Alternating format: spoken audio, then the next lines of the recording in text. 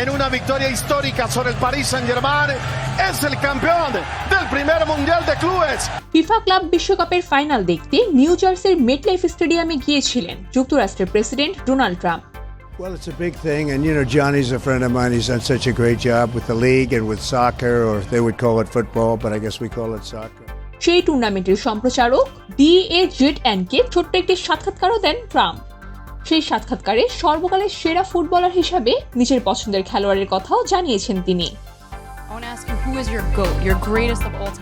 FIFA club বিশ্বকাপের final দেখতে গ্যালারিতে প্রথম উপস্থিত হন ট্রাম্প।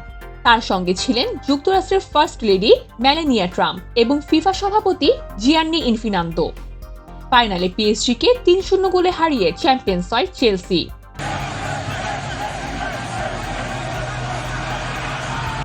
DAZN-এর সঞ্চালক ট্রাম্পের কাছে জানতে চান, আপনার চোখে সর্বকালের সেরা ফুটবলার কে?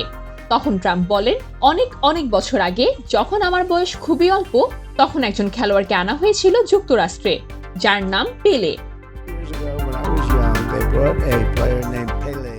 তিনি কসমোসের হয়ে খেলেছিলেন, আর এই জায়গাটায় তিল ধারণেরও ঠাঁই ছিল না। সেটা ছিল এই স্টেডিয়ামের পূর্বতন সংস্করণ, আর খেলোয়াড়টি ছিলেন পেলে। ট্রাম্পের পর যোগ করেন, দিন তারিখ কিছুই বলতে চাই না, তবে এটা অনেক বছর আগের কথা। তখন খুব ছোটবেলায় পেলের খেলা দেখতে এসেছিলাম এবং তিনি ছিলেন সত্যিই অসাধারণ। তিনি সম্ভবত সব মানুষদের মতো বলতে চাইলেন সেটা অনেকটাই বেব রুথের মতো যে পেলেই সেরা।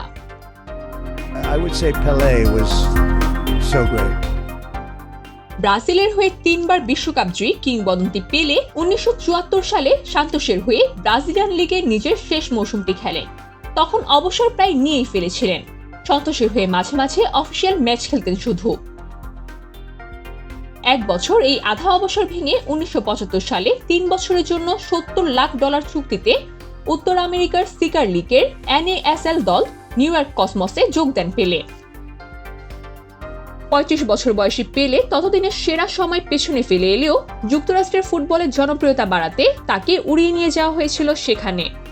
পরে তার সঙ্গে কসমসের জার্মান কিংবদন্তি ফ্রাঞ্জ বেকেনবাওয়ার ও ব্রাজিলিয়ান কিংবদন্তি কার্লোস আলবার্তো যোগ দেন কসমসে। পরে পেলের দেখানো পথ ধরেই Johan Cruyff, George Best, Eusebio, Bobby Moore ও গর্ডন ব্যাংকসের মতো কিংবদন্তিরাও যোগ দিয়েছিলেন NASL-এ। কসমসে 3 বছর 1975 থেকে 1977 সাল পর্যন্ত খেলে 160টি ম্যাচে 66টি গোল করেছিলেন পেলে। 1977 সালে জিতেছিলেন NASL ট্রফি। সে বছর পেলে কসমস ছাড়ার পর থেকে NASL-এর প্রতি আমেরিকানদের আগ্রহ ধীরে ধীরে কমতে শুরু করে দেয়। স্পন্সর আর দর্শক হারাতে শুরু করে দেয় প্রতিযোগিতাটি। এই ধারাবাহিকতায় 1985 সালে কসমসকে বিলুপ্ত ঘোষণা করা হয়।